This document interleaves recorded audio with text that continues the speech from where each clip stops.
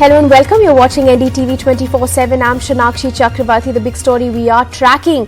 The Himachal Pradesh Assembly, in line with a few other BJP-ruled states, passed a bill on Saturday forbidding mass conversion and raising the maximum punishment to 10 years imprisonment in its 2019 law against any change of religion through force or allurement. The bill inserts the reference to mass conversion, which is described as two or more people converting at the same time in the 2019 Act, and proposes to increase the punishment for forced conversions to a maximum of 10 years from 7 years. आप देखिए हमारे जो पिछड़े हुए इलाके हैं, कुछ ऐसे धर्म के लोग जो है वो धर्म के प्रति हमारा सम्मान है, फोकस हो करके गरीब लोगों को, हमारे जो दलित, जो हमारा अनुसूचित जाति के वर्ग लोगों, उनको फोकस करके, प्रलोभन दे करके, उनको गुमराह करके, उनको गलत तरीके से जो है झांसे में ला करके धर्म परिवर्तन की प्रक्रिया को इतनी तेजी से बढ़ा रहे। 2006 में वीरभद्र सिंह जी ने अमेंडमेंट लाई थी, ये बिल लाए थे पहली बार, और 2006 के बाद जो है 2019 में हमने फिर बिल लाए थे, हमने और ज्यादा थोड़ा सख्ती की थी। और आज मैं महसूस कर रहा हूं, आज मैं इसलिए महसूस कर रहा हूं कि आज की तारीख में इसमें और ज्यादा सख्ती करने की आवश्यकता है। अगर धर्म में परिवर्तन करके कोई आदमी अगर जा रहा है तो जिस धर्म में जाना उसमें हमें, लेकिन उसको बेनिफिट देने की बात पर हमको सोचना चाहिए कि उसको वो बेनिफिट मिलना है कि नहीं मिलना। Let's go across to Ghazali. Ghazali, what has prompted this move? What are the opposition parties saying on this? The Himachal Pradesh Freedom of Religion Amendment Bill is a more stringent version of the Act which was passed in 2019. So the Act passed in 2019 came into force just a little over a year and a half ago. And the 2019 version itself had replaced the 2006 law, which prescribed lesser punishments. Now in this particular amendment bill, which has been passed by voice vote in the Assembly, the government has proposed that the punishment for forced conversion has to be increased from 7 years in prison to a maximum of 10 years. The Act also prohibits conversion by misrepresentation, force, undue influence, coercion, etc., or for marriage or any other fraudulent means. This and almost all other provisions remain unchanged in the proposed amendment in the law, but the Himachal Pradesh government required this law to be implemented as per the Chief Minister. The reason was that there were many reports of conversions which were being reported from the state as per the Chief Minister. And he categorically said on the floor of the House that this is also weakening one religion or the other, because people were being asked to convert due to allurement, they're being paid for changing their religion. So to stop that practice, as well as to stop the practices of fraudulence, because people were concealing their identity ahead of marriages or similar practices, that is why this law has been brought. But ahead of polls, government going for this law certainly raises questions that government may be trying to get some leverage in the political campaign, as BJP as a party has always been advocating for such laws. And Himachal Pradesh was one of the first states to bring such law, though ironically this law was brought in the Congress government earlier in 2006 when Veerbhadra Singh was the Chief Minister. All right, Ghazali, thanks very much for joining with us. Moving on, the Har Ghar Tiranga campaign has kick-started and will continue till the 15th of August. This morning, Union Home Minister Amit Shah unfurled the tricolour at his residence in the national capital. The Uttar Pradesh Chief Minister Yogi Adityanath also participated in the Tiranga rally, as well as External Affairs Minister S. Jaishankar attended the Prabhat Ferry as part of the Har Ghar Tiranga campaign. The Uttarakhand Chief Minister as well, Pushkar Singh Dhami, also participated in the Har Ghar Tiranga program.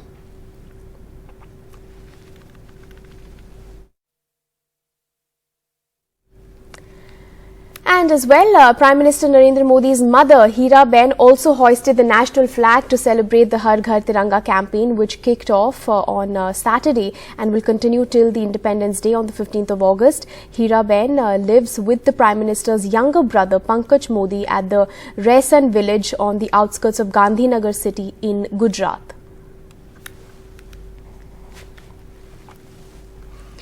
And while we're talking about Independence Day, let's focus on the shortage of the tricolour in the flags in the country. The whole country is actively participating in the tricolour campaign being run from the 13th to the 15th of August. Everyone wants to hoist the tricolour in their homes, but now there is a shortage of khadi and cotton tricolour in the market. Even big brands like Khadi India are not able to supply flags.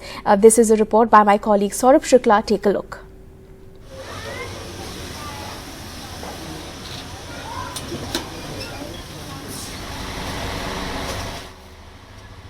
Last-minute touches by 45-year-old Islam as he labours day and night in his factory in Selampur in northeast of Delhi. Islam's family has been making the tricolour for the last 62 years. This year, he says his factory is loaded with work and cannot take fresh orders. हमारे पहले दादा, फिर हमारे अब्बा और अब हम हैं। अच्छा, आगे हमारे बच्चे भी करेंगे। हम 20 दिन हो गए हमें रात दिन काम करते हुए। दिन के लेबर अलग है, रात की लेबर अलग है। The cotton and khadi cloth for the flag comes from Surat. It is dyed here and then cut. Here in these small rooms, women stitch the 3 strips together to make flags. इस बार अच्छा हो गया, जब से तो lockdown ही था, 2 साल से तो लॉकडाउन ही रहा है। इस बार आया है काम। इस बार काम आया जी। These pictures are from Surat. Here, lakhs of flags are being made every day from satin cloth in a planned manner. These machines are running day and night to fulfill orders. This time, there is a shortage of khadi and cotton flags. So people are buying satin cloth flags sold on the road and putting them on their homes with great enthusiasm. This is not just a flag. It is the spirit that makes people forget religion, caste and status and come together. This is the India where Islam makes flags and Hindus, Sikhs, Christians all buy flags from here and proudly put them in their homes. With Xavier Thomas, Saurabh Shukla for NDTV. On to some international headline. Sri Lanka's government has granted permission for a controversial Chinese research vessel to visit the island despite India's concerns that it could spy on New Delhi's military installations. Officials have confirmed on Saturday. The Yongwang 5 is described as research and survey vessel by international shipping and analytics sites, but is also said to be a dual-use spy ship. New Delhi is suspicious of Beijing's increasing presence in the Indian Ocean and influence in Sri Lanka, seeing both as being firmly within its sphere of influence. For more, my colleague Shrija joins us on the phone line with the details. Well, definitely this is a huge setback for India, especially when it has raised security concerns with the highest authorities and as well as Sri Lankan President Ranil Wickremesinghe himself. Also, more importantly, this development from Sri Lanka comes just a day after India's External Affairs Minister Dr. S. Jaishankar also rejected the insinuations by China that had claimed India had pressured Sri Lanka to defer the ship. Now, it's important to note that just about a week ago, we went on to see how Delhi and Indian authorities kept raising security concerns with Sri Lanka, and after which the foreign ministry in Sri Lanka had requested the Chinese government to defer the docking of the ship in Hambantota, and right after that the ship was deferred. But now we understand from the highest authorities in Sri Lanka itself, from the government officials, they go on to say that since India failed to give a satisfactory response as to why it was opposing the docking of the ship, Sri Lanka went ahead and also gave this particular green signal. Now, it is clearly a huge setback for India. However, we are yet to, hear a development from India itself on this particular breaking news. But however, we understand that, as far as the Sri Lankan authorities are concerned, they continue to maintain that India failed to give a satisfactory response as to why the missile and also satellite tracking ship should be deferred, and hence the permission was granted.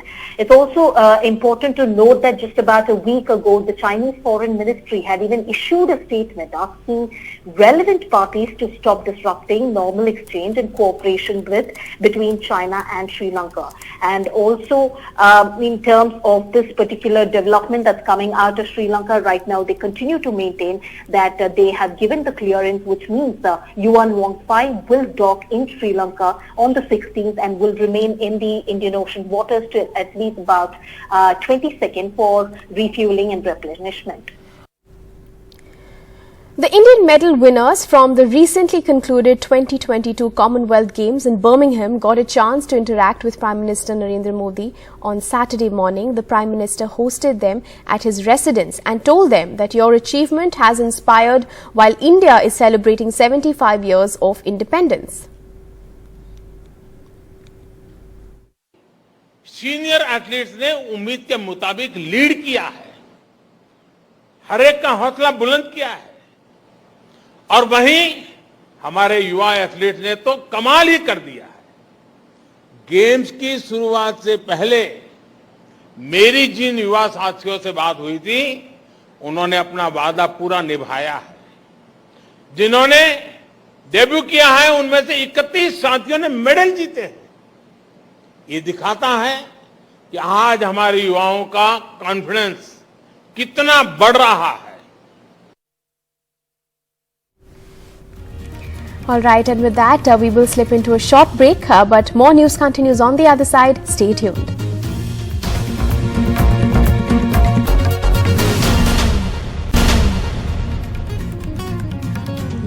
Welcome back to some sporting headlines in action. Two-time Olympic medalist PV Sindhu will miss this year's edition of the Badminton World Championships after pulling out of the tournament due to an ankle injury. Sindhu recently won the gold in the women's singles at the Commonwealth Games and later revealed that she had played the final through an injury. Now, taking to social media, Sindhu announced her decision to pull out of the tournament.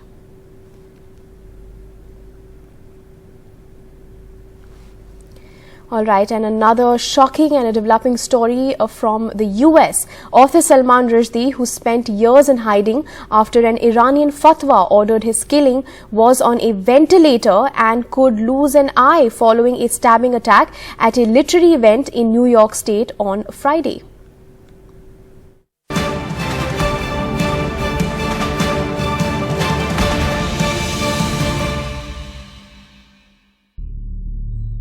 Acclaimed author Salman Rushdie on ventilator after being stabbed on stage in his neck and torso 10 to 15 times as he was about to deliver a lecture in New York State. His agent says the author might lose one eye and has suffered liver damage.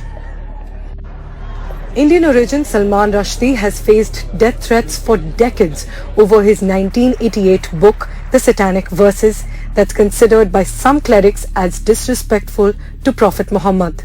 He was living with a bounty on his head announced by Iran in the late 1980s. The suspect has been identified as Hadi Matar, age 24, from Fairview, New Jersey. The suspect jumped onto the stage and attacked Mr. Rushdie, stabbing him at least once in the neck and at least once in the abdomen. Though the motive of the attack is not yet clear, the 24-year-old accused Haji Matar's social media reportedly shows that he is sympathetic to Shia extremism and the Islamic Revolutionary Guard Corps of Iran, the country whose supreme leader Ayatollah Khomeini had issued the fatwa against Rushdie. The world has reacted with horror to the attack. French President Emmanuel Macron said Rushdie's fight is not just his own, but universal. Former UK Minister Rishi Sunak said a champion of free speech and artistic freedom has been attacked. In India, Congress MP Shashi Tharoor called it an attack on freedom of expression and a sad day if creative expression can no longer be free and open. But the only response coming from the government of India, the country of Rushdie's birth, was this. I also read about that. I was busy in my own program, and I also saw that, and I think obviously that is something which the whole world has noted, and any attack like this, obviously the entire world has reacted to. But many strong voices of condemnation from Indians and those of Indian origin condemning the heinous act of violence. Whatever action needs to be taken has to be harshest. People like Mr. Rushdie and others who are known to be writing and standing up for liberal values should be and must be protected to the extent possible, because all the time they are receiving threats. Final question to you. Are you surprised that there hasn't really been a strong statement from the Indian side? I'm appalled by that, actually. And, I felt in similar ways disowned by India. And I hope that there isn't some kind of sectarian reason for it, because Salman Rushdie is one of the shining jewels of Indian literary production. Free speech organization PEN America said that there's no comparable incident of such a violent public attack on a writer on American soil. The incident has triggered concerns over threats to freedom of expression, speech and creative liberty globally, with growing incidents of extremism. Priyanshi Sharma for NDTV.